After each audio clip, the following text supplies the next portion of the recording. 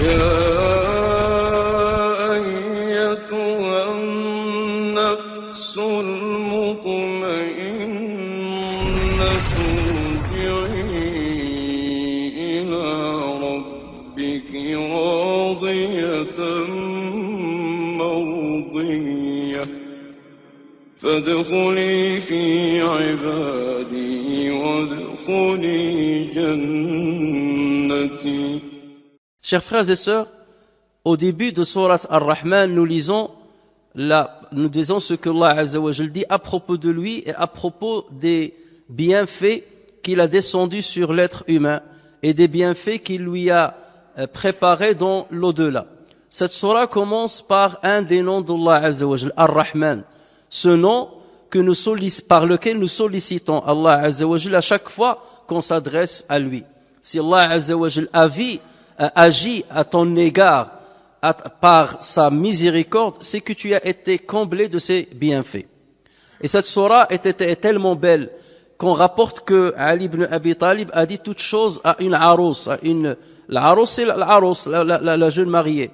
Et l'arous du Coran, c'est Ar-Rahman. Certes, ce hadith est un hadith qui a été affaibli par les savants, mais son sens est correct, puisque cette sourate, lorsqu'on la lit, elle laisse un impact énorme chez nous puisqu'elle diffère énormément des autres sourates et il a une particularité qui la différencie des autres sourates. Mais ce qui nous intéresse et ce qui doit nous interpeller, c'est que Allah Azza wa Jal, en citant les différents bienfaits par lesquels il a comblé l'être humain, il commence déjà par parler de l'enseignement du Coran. Ar-Rahman allama al-Qur'an, il a enseigné le Coran. Il a créé l'être humain et il lui a appris la manière de s'exprimer et de se comprendre avec les autres. Voici 3 bienfaits par lesquels Allah Azza wa Jal a débuté cette sourate. Autrement dit, quelqu'un qui n'a pas la connaissance du Coran, quelqu'un qui est éloigné du Coran, c'est qu'il lui manque une des caractéristiques de la miséricorde d'Allah tabaraka wa ta'ala.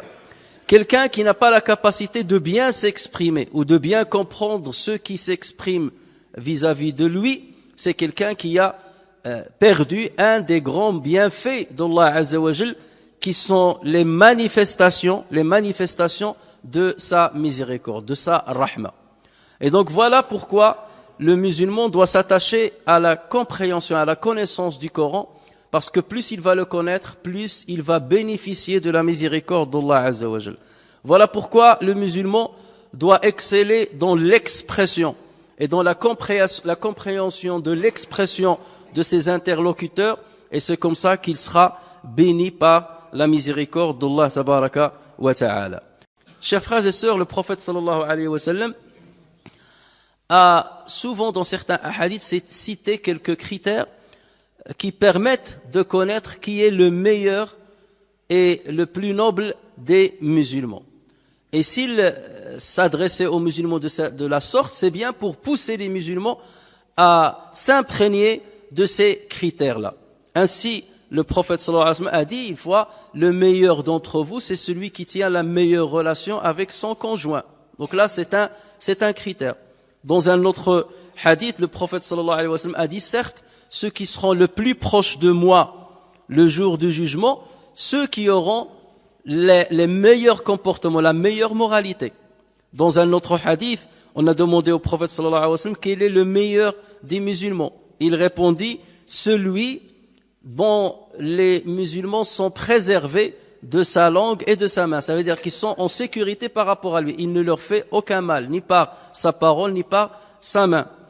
Et le prophète sallallahu alayhi wa sallam, parmi ces critères-là, il cite la connaissance du Coran, l'enseignement du Coran. Lorsque le prophète sallallahu alayhi wa sallam a dit « Khayrukum » le meilleur d'entre vous, c'est celui qui apprend le Coran et qui l'enseigne. « Khayrukum man ta'allama al-Qur'ana wa 'allama » Donc c'est un critère qui permet de placer les gens dans une échelle qui va du plus bas degré vers le plus haut degré. Et celui qui sera forcément dans le plus haut degré, c'est celui qui a appris le Coran. Et lorsqu'on dit apprendre, c'est pas seulement se contenter de le connaître, de mémoriser ces mots, mais bien entendu d'être imprégné par ce Coran-là dans ses différentes dimensions. Et le plus bas, celui qui sera dans le plus bas de l'échelle, c'est celui qui n'en connaîtra rien de ce Coran-là et qui ne traduit pas ce Coran dans sa vie. L'enseignement ou l'apprentissage du Coran et son enseignement est quelque chose à laquelle le prophète sallallahu alayhi wa sallam a fait appel. Il a fait appel à sa mémorisation, à sa lecture, sa psalmodie, à son enseignement, à sa compréhension, à son exégèse, à son étude les uns avec les autres. Réserver une partie de sa vie à étudier le Coran, à comprendre le sens des versets. Il se peut qu'on, pendant toute une vie, il n'arrive pas à cerner toute la compréhension du Coran, mais au moins on essaie de cerner le maximum que l'on peut connaître de ces versets. Et d'ailleurs, lorsqu'on s'intéresse à l'exégèse du Coran, même si certains se targuent de dire ça y est, je le comprends, je maîtrise, puisque je maîtrise l'arabe, pas du tout. Dès qu'on commence à lire et à prendre connaissance de l'exégèse du Coran, de ce que les savants ont dit sur des versets coraniques, on découvre forcément des secrets dont on se doutait jamais. Alors si on fait le passage des 114 sourates, des plus de 6000 versets du Coran, il nous faut une vie, sinon plus, pour comprendre tous ces secrets-là.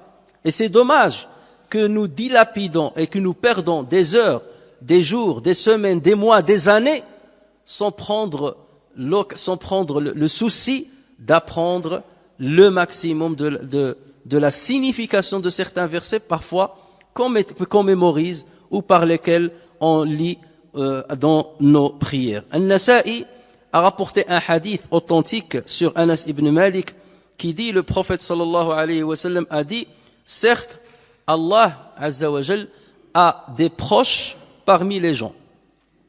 Et les compagnons de questionner, qui sont-ils, cher prophète? Et le prophète sallallahu alayhi wa sallam de dire, les gens du Coran sont les proches de Dieu. Les gens du Coran sont les proches d'Allah et c'est privilégié. Ils sont les privilégiés parmi les hommes auprès d'Allah azza wa jal. Et lorsqu'on dit les gens du Coran, ça veut dire les gens c'est-à-dire chez qui le Coran occupe une place très importante dans leur vie. Le Coran n'est pas, il ne représente pas une petite marge, un petit détail dans leur vie. Le Coran, j'entre en contact avec lui de temps en temps, lorsque l'occasion le permet. Non, ce sont des gens qui sont imprégnés par le Coran, par sa lecture, par sa compréhension, par son étude, par sa traduction dans leur vie. Ils ont un intérêt vis-à-vis de ce Coran. Ils appellent à ce Coran, ils enseignent ce Coran, ils transmettent les valeurs du Coran. Le Coran occupe une place prépondérante dans leur vie. Ce sont ceux-là, les proches d'Allah Azza wa Jal et les privilégiés auprès de lui parmi ses serviteurs. N'est-ce pas Allah Azza wa Jal qui dit « Alladhina ataynahumul kitab » ceux à qui on a donné le livre, le Coran, ceux à qui on a donné le livre, « Yatlunahu haqqa tilawatihi » ils le récitent avec la meilleure des façons, et il y croit. Et il y croit ici, les savants ont dit, ça veut dire ils le traduisent, ils pratiquent et ils agissent avec les messages du Coran. Chers frères et sœurs, le prophète sallallahu alayhi wa sallam, à l'issue de la bataille de Uhud, vous savez qu'il y avait plusieurs martyrs, 70 martyrs. Et il arrivait que le prophète sallallahu alayhi wa sallam mettait les deux dans le même tissu avant de les enterrer. Alors le même tissu, certains disent le même tissu, ça veut dire la même tombe. Et pour d'autres, non, c'est parce qu'ils étaient parfois, leur tissu était, ou bien leurs vêtements étaient déchirés, et donc pour qu'on ne voit pas leur intimité, donc le prophète sallallahu alayhi wa sallam mettait parfois, et comme il y avait peu de vêtements et peu de tissu, le prophète sallallahu alayhi wa sallam mettait parfois deux personnes dans le même tissu. Mais au moment de les inhumer, le prophète sallallahu alayhi wa sallam leur disait, qui est parmi les deux, celui qui apprenait le plus le Coran, ou qui fournissait le plus d'efforts pour apprendre le Coran. Et lorsqu'on lui désignait un des deux, il commençait par l'enterrer le premier, par l'inhumer le premier. Imaginez, ce sont des martyrs. Et nous savons très bien que tomber martyr, après avoir respecté bien entendu les conditions de ce qu'est un martyr, ce qu'est un combat dans le sentier de Dieu, ainsi de suite. Là, c'est un autre sujet. Ça, c'est le plus haut degré que peut atteindre un croyant. Pourquoi? Parce qu'il a cédé sa vie pour Dieu. Il a cédé complètement sa vie pour Allah Azza wa Jalla et pour le bien des autres. Donc ces martyrs-là, on peut imaginer qu'ils sont dans les plus hauts degrés du paradis. Et ça, le Coran le dit lui-même.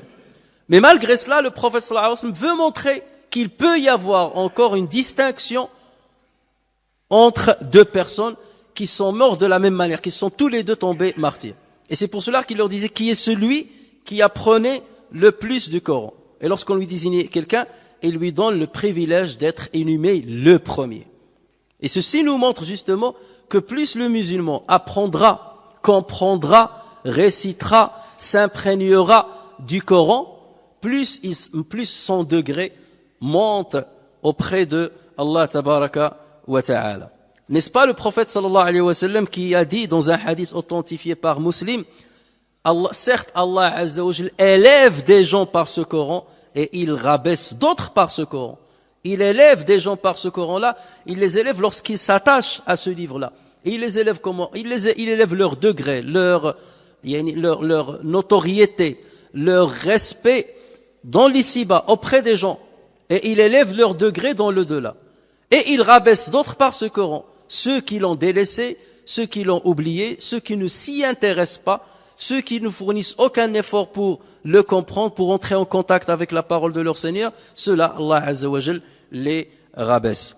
Et nous ne pouvons que faire des louanges à Allah Azza wa Jal lorsque nous voyons aujourd'hui, dans l'Occident et même ailleurs, même dans les pays musulmans, que de plus en plus les mosquées sont remplies par des enfants, des hommes, des femmes, des jeunes et des moins jeunes qui viennent apprendre le Coran, qui viennent apprendre les règles de la psalmodie du Coran, qui viennent pour écouter l'exégèse qu'on peut faire des versets coraniques. C'est quelque chose qui fait introduire la satisfaction dans le cœur, que lorsqu'on entre dans le Coran et qu'on voit les enfants en petits groupes en train de lire le Coran, de le psalmodier. Ça, c'est un symbole que la communauté musulmane est dans le bon chemin. Ça, c'est un symbole que l'avenir de la communauté musulmane sera bon.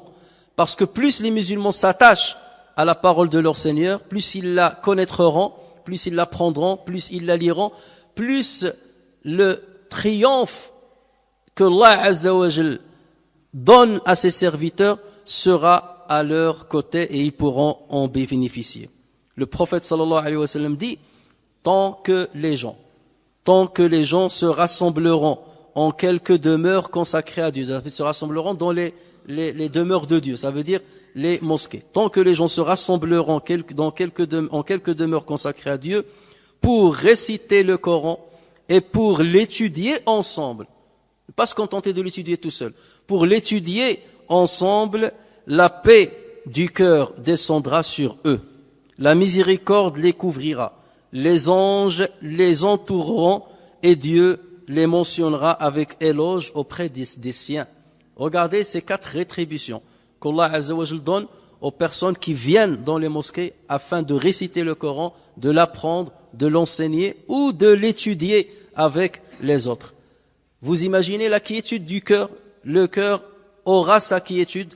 Allah Azza wa Jal donnera cette première récompense. Vous imaginez comment la miséricorde d'Allah Azza wa Jal les couvre? Et lorsque tu es couvert par la miséricorde d'Allah Azza wa Jal, rien ne pourra te découvrir. Rien ne pourra te nuire. Lorsque les anges sont à tes côtés, qui peuvent t'apporter du mal. Lorsqu'Allah Azza wa Jal te mentionne avec éloge auprès des siens, auprès des anges, comment Allah Azza wa Jal ne serait pas à tes côtés plus tard? Donc tout cela, c'est pour dire qu'il ne faut jamais minimiser ou sous-estimer le fait qu'un père ou qu'une mère prend un peu de temps dans sa semaine pour ramener ses enfants à la mosquée. Ne jamais sous-estimer les quelques minutes, 1 heure ou 1 heure et demie que tu vas consacrer dans ta semaine pour venir participer à une séance où on explique le Coran. Même si tu le connais, le fait de venir et de l'écouter, écouter cette étude, ou d'enseigner, ou d'apprendre ce que tu as appris, forcément fait de toi quelqu'un qui bénéficiera de ces bienfaits. Et c'est pour cela que le prophète a insisté sur la question de venir à la mosquée, parce que cette collégialité dans l'apprentissage du Coran et la compréhension du Coran renforce la cohésion dans la communauté musulmane et l'immunise contre tous les maux qu'on essaie de lui porter. Chers frères et sœurs, la compréhension du Coran passe par la compréhension de l'arabe. Lorsque vous avez un locuteur et qui vous adresse une parole, cette personne-là, plus il a du pouvoir expressif, plus il a l'art de s'exprimer, plus tu as besoin de comprendre sa langue, la langue avec laquelle il parle et l'expression avec laquelle il parle pour que tu comprennes d'abord sa grandeur et la grandeur du message qu'il te transmet. Mais si toi tu es démuni de cette compréhension, quelle que soit sa grandeur, son élocution, tu ne comprendras rien. Et tu risques même de dénigrer ce qu'il dit et tu risques même de ne pas l'évaluer à sa juste valeur. Tu dis c'est un ignorant, tout ce qu'il dit c'est n'importe quoi. Imagine on te ramène un grand poète et il te dit en face de toi une poésie, mais toi tu comprends pas la langue ou tu comprends qu'un petit peu de la langue. Tu vas pas te rendre compte de l'importance de ce qu'il est en train de dire ou de l'érudition qu'il a. Et tu peux mal le juger. Qu'en est-il lorsqu'il s'agit de la parole d'Allah Azza wa Jal, dont l'expression est la meilleure expression qui puisse exister, puisque Allah Azza wa Jal s'est exprimé par ce Coran pour l'humanité, à travers la langue arabe. Donc moins on maîtrise cette langue-là, moins on maîtrisera le message de Dieu. Et moins on ne connaîtra la grandeur de ce message-là. Alors que le Coran lui-même, il était miraculeux dans sa rhétorique. Mais si tu ne connais pas la rhétorique, tu ne vas pas voir la grandeur du Coran. Voilà pourquoi les musulmans doivent s'intéresser encore plus à l'arabe et la préserver, non déplaise à leurs détracteurs. Aujourd'hui, on essaie de combattre l'islam en dénaturant l'arabe. Certains ils disent il faut déconfessionnaliser la langue arabe. Ça veut dire lui ôter la dimension confessionnelle, la dimension religieuse. Or, il faut savoir que l'islam, même s'il a emprunté l'arabe pour transmettre le message de Dieu, il lui a donné une nouvelle impression. Il lui a donné une nouvelle explication à plusieurs mots. Et c'est pour ça que nos savants depuis toujours, depuis l'aube de l'islam, ils disent tel mot, voici son explication, son sens étymologique, et voilà son sens religieux. Parce que l'islam il a peint certains mots avec une nouvelle peinture, qui n'est pas celle qui était connue chez les Arabes auparavant. Lorsqu'on parle de ilah, le mot ilah, c'est un mot qui était connu chez les Arabes. Mais le ilah dont parle le Coran, c'est pas le ilah dont parlent les Arabes autrefois. Ilah, il a une connotation, il a un sens étymologique, il a un sens religieux. Et donc forcément, on doit connaître les deux. Nos ennemis, qu'est-ce qu'ils font? Ou les détracteurs de l'islam? Parce qu'ils étudient un petit peu le Coran et l'arabe, donc ils ont un petit ascendant sur une grande partie des musulmans au niveau de la langue arabe. Et ils essayent de venir maintenant nous expliquer le Coran. Dernièrement, j'entendais une vidéo d'une dame orientaliste qui vient expliquer aux musulmans, et elle n'est pas musulmane, mais il va venir expliquer aux musulmans certains mots du Coran. Et le premier mot qu'il a pris, c'est le mot haram. Ça veut dire quoi haram? Et il a commencé avec une pirouette, soi-disant littéraire, essayer d'expliquer que le mot haram ne signifie pas interdire. Ça veut dire ne faites pas d'excès.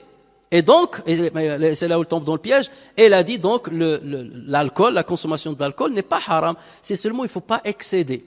Et heureusement que le Coran n'a pas utilisé le mot haram lorsqu'il a parlé de l'alcool. Il a utilisé le mot ijtinab, fajtanibuhu. Et si elle était honnête, elle aurait cité ce verset-là. Non, il a cité les autres versets. Mais ce verset-là, il n'a pas voulu le citer. Allah Azza wa Jal a utilisé le mot ijtanibuhu. Et c'est là où le musulman doit savoir ce que c'est que le mot ijtanibuhu et le mot haram et voir la différence entre les deux. Et qui a une portée beaucoup plus lourde au niveau de l'interdiction que l'autre. Voilà pourquoi le combat plus tard va venir dans ce champ-là, sur le champ de la langue arabe. Et on est en train de former des gens pour attaquer l'islam à travers la langue arabe, en essayant de leur donner une nouvelle explication du Coran qui ne correspond absolument pas à tout ce que les musulmans ont dit pendant 14 siècles. Ça veut dire qu'il a fallu 14 siècles pour que, enfin, on se réveille du jour au lendemain et qu'on dise « Ah, maintenant je comprends mieux le Coran ». Les milliers de savants qui sont passés 14 siècles avant, donc ils n'ont rien compris en fait. Et on va vous expliquer, moi, qui suis pas musulmane, qui suis pas convaincu de cette religion, je vais vous expliquer ce qu'est le Coran pour que vous soyez des bons musulmans. Ben, tu n'as qu'à l'utiliser toi-même. Et ce danger-là est un danger imminent et il va se multiplier de plus en plus parce qu'on est en train de former dans les universités des gens de ce profil-là.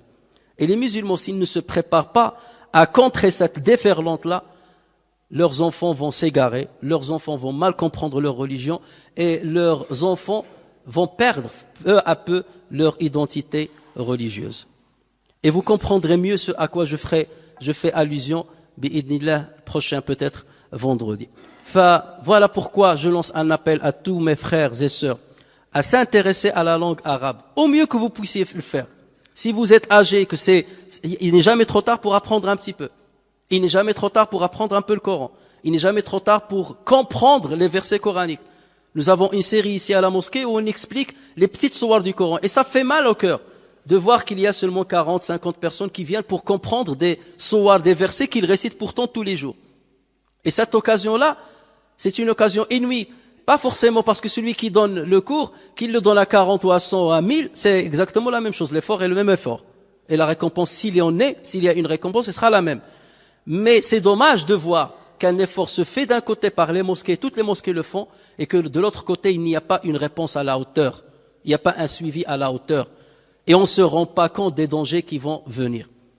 Voilà pourquoi l'enseignement du Coran, l'enseignement de l'arabe à nos enfants, même ceux qui ont perdu un petit peu le temps pour le faire maintenant, il n'est jamais trop tard pour le faire pour leurs enfants, pour eux déjà en partie et pour leurs enfants tant qu'ils sont jeunes, afin de les immuniser, afin qu'ils comprennent déjà leur religion comme il le faut, qu'ils la protègent comme il le faut, qu'ils ne perdent pas leur identité et qu'ils se protègent contre tout combat par lequel on essaie de dénaturer le message de Allah Azza wa Jal.